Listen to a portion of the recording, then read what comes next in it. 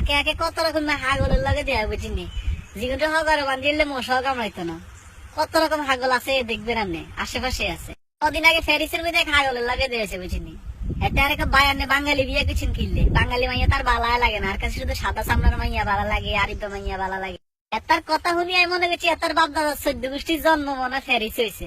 তাই এতারে যে গেলাম ভাই এদেশে কি জন্ম নেই, এতে করে না ভাই 2015-তে আইছি। বিশ্বাস করতে না তার এই কথা শুনি আজ খটখড়ায় আসি আইছে।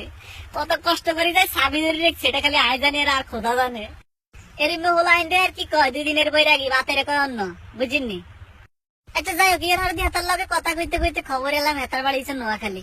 তো হেতার নোয়াখাইলে উনি আয়ার হেতার লাগে নোয়াখাইলে কোনে শুরু করছি। হেতার এক ভাই আমি তো নোয়াখালীর ভাষা বুঝি না।